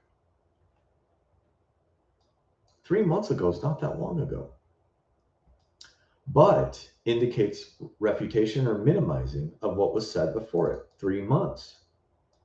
It seems like the subject was thinking this was a short amount of time and preempted the sergeant's potential concern about this. She had a need to persuade here. They're still on really good terms. Again, we have this still. I love you versus I still love you. Still indicates a point of time, a point of disconnection. In this context, Then we have some persuasive language, really good terms. Not they're on good terms, or it was mutual, or he still talks to us, he still comes over, they've moved on from each other. The subject's not saying this. There is a sense of persuasion here. They're still on really good terms. Persuasion has a need to persuade, okay? So we're on alert for this. I'm wondering about Jack. Move to Texas. Really good terms. Do you know why they broke up? She was gonna move to Texas.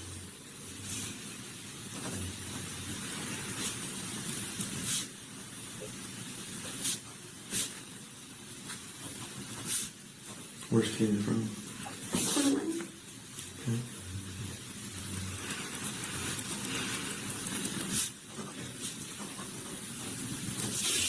Where is from? Portland. Okay.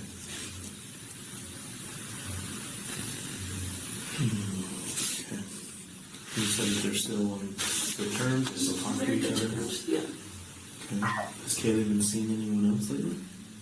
Not really that I know of. Okay. Do you know when she was going to move to Texas? After the semester. But then apparently she wasn't going to anymore. I don't know. All right, let's start there. Go to here. Do you know why they broke up? She was going to move to Texas. Very important. The sergeant inquires further. Good job, sergeant. Finally, indicates sensitivity to the question. A pause. She was going to. Going to is similar to tried. Okay, tried indicates a failed attempt. An attempt, but failed. Okay. I tried to tell the truth. Okay, that's leakage that they didn't tell the truth. They failed. Okay. It's also similar to decided, right? So 5 baseball players are on the field. One of them decides to go home. How many are left? There's still 5. Just because a decision was made doesn't mean anything happened. Okay.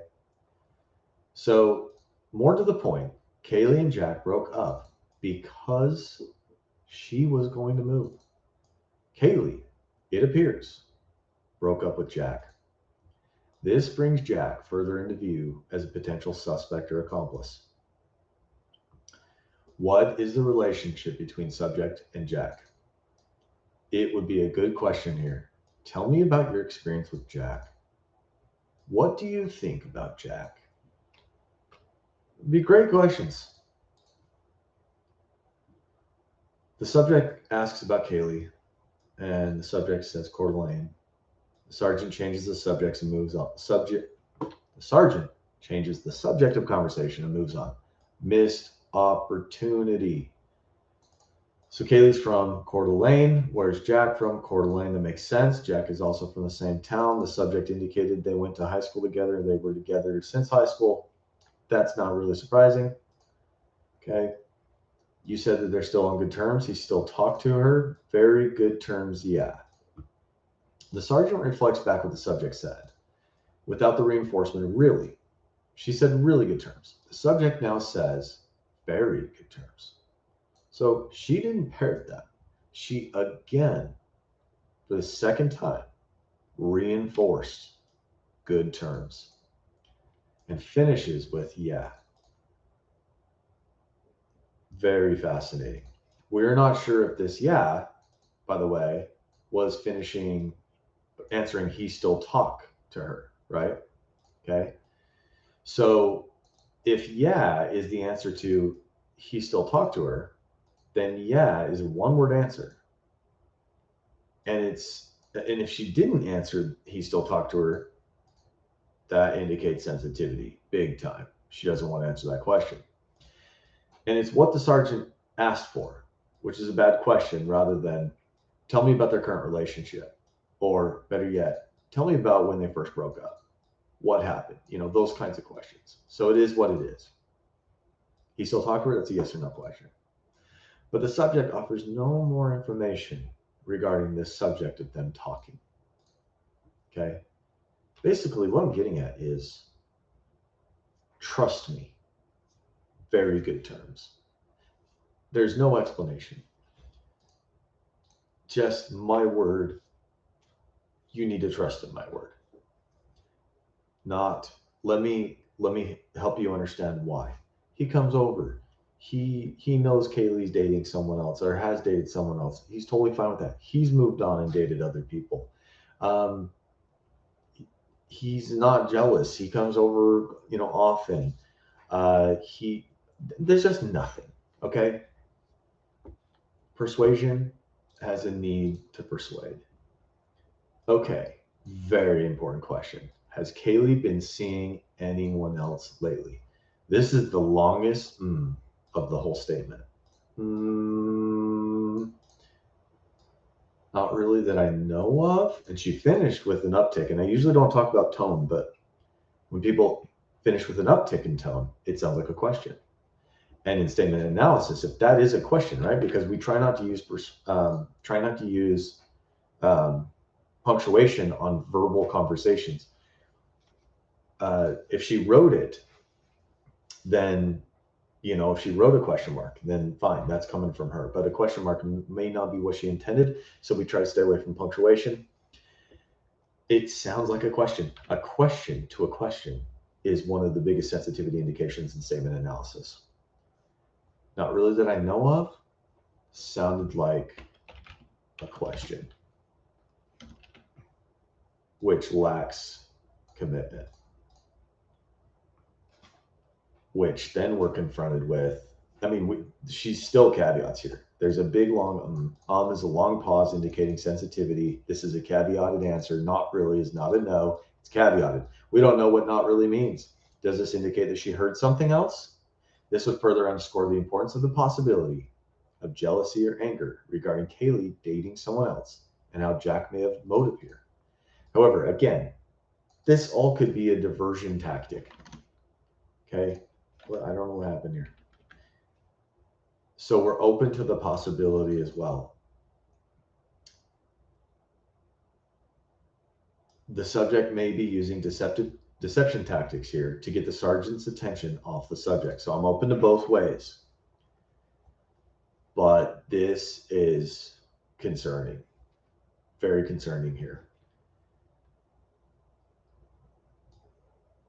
We would really like to see, no, Kaylee has not seen anyone. She can't say that. She cannot say that. So that's, if we're going to go along with this, they were together for a long time. Their families are close. They just broke up. Kaylee sounds like dumped him.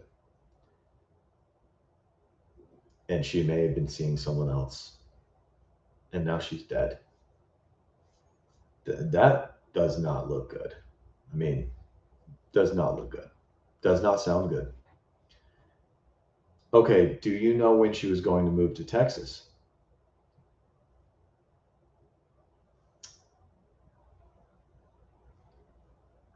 After the semester, but then apparently she wasn't going to anymore. I don't know. The sergeant is back on Jack. It would have been very interesting if this level of concern was on the subject as well. Just saying. We are not sure what she is saying here. Is she saying that Kaylee said this? Or someone else?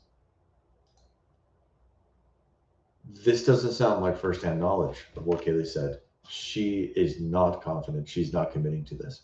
How does she know this? She doesn't explain. Kaylee told me this. Nope, she can't say it. She's not saying it. This may be scripting and a diversion, but refutes or minimizes after the semester. Okay, apparently is a caveat. Like when someone says something, but we cannot verify it. Right? Someone says something about someone else, right? Third party. Okay. Telephone. Game of telephone here. She doesn't offer who that someone is. Wasn't going anymore, I don't know. A great question here would be, tell me about how she wasn't going to anymore. Tell me more about that. This is sensitive to the subject, and it is unclear why exactly. I wish I had more analysis on this. Maybe there's more and I'm missing it. All right, let's go back to the Detective in Bethany video. Do you know what changed your mind? I think she wanted to stay here with all of us.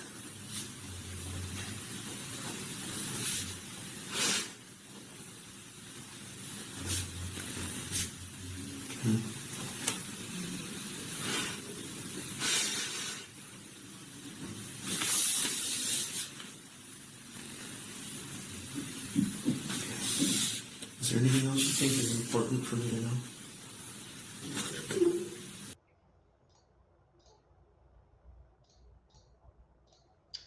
Do you know what changed her mind? I think she wanted to stay here with all of us. This is caveated with I think. She's not committed to this answer. She's not saying. Kaylee told me this. The sergeant didn't ask for what she thinks. He asked for what she knew. The subject is not saying what she knew. This is indicating sensitivity and deception. We need to ask how she knew what Kaylee wanted. This may be scripting here.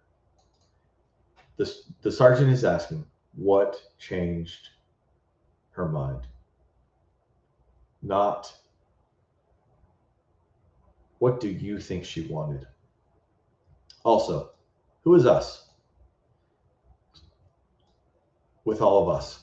The subject doesn't explain this. We don't know who she means. This may be scripting that we were close with Kaylee. She loved us. We note that the subject's not saying, I did not want her to leave. Or, I begged her to stay. I loved her. She meant so much to me. She was a good friend to me. Nothing. But she's speculating. I think she wanted to stay here with all of us because you care so much about Kaylee. You can't even give us a proper, complete social introduction. You can't even tell us anything about how she meant to you. We're going to talk a little bit more about that. Is there anything else you think is important for me to know? Anything? Sounds like she said nothing. We have another an almost omniscient statement here. Nothing. There is not one more thing that is important for the sergeant to know in the subject's mind. Nothing else. Given the fact that the subject is one of the last people to see the four alive, she was there the night and morning of the murders, it would be assumed that there would be myriads of pertinent information. But the subject believes that there is nothing more to share that would be important. And this is par for the course with what the analysis has uncovered regarding the subject. Let's listen on. And you might remember things later. That's very normal, okay? If you think you remember anything else, please reach back out to us and then bring me back in and we'll get that information, okay? Just gonna go back through my notes real quick before I let you go, okay?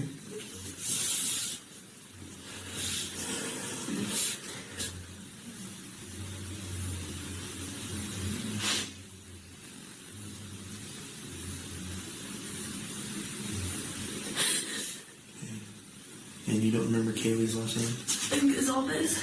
Gonzalez? Yeah, Gonzalez. Okay, can you spell it for me? I don't know how to spell it. Oh, I'm sorry. No, you're good. Okay. Okay.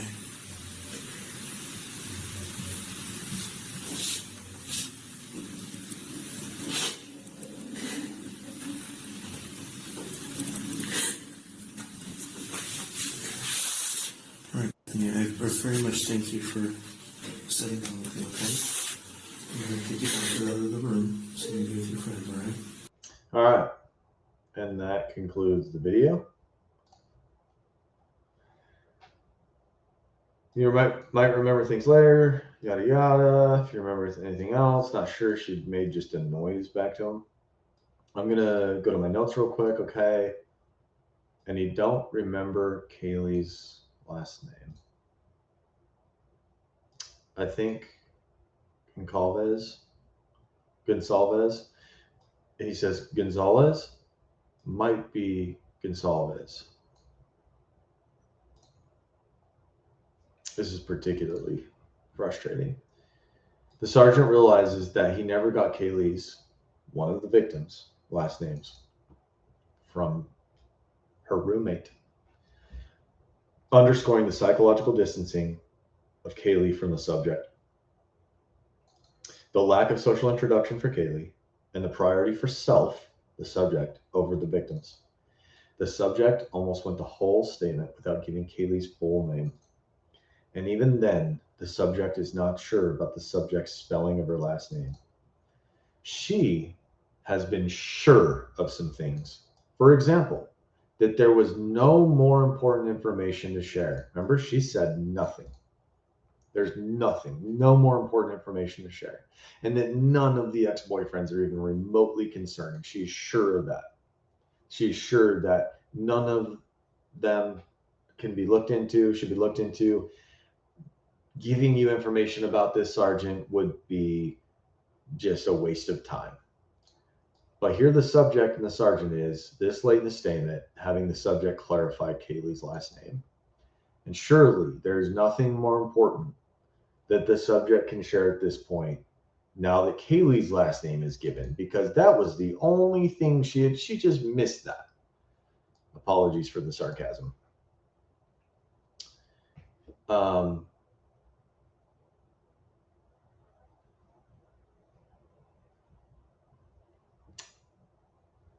And earlier, she just said, I think she wanted to stay here with all of us. All of us who don't even know how to spell her last name. Don't even know her last name. Not even sure about her last name. I don't know how to spell it. The subject doesn't know how to spell one of the victims, her roommate's last name. The victim, who was apparently not wanting to move to Texas because I think she wanted to stay here with all of us. This underscores the fact that this notion is very hard to support with evidence from within the statement based on the subject's own words. And this is part 3. This is just a little tidbit of it. This is the tip of the iceberg. Also, she referred to it, and that was parodied from the sergeant. It was only one of the things Kaylee has anymore, her name. She doesn't even attempt to, underscoring the psychological distancing between the subject and Kaylee. She doesn't even attempt to spell it.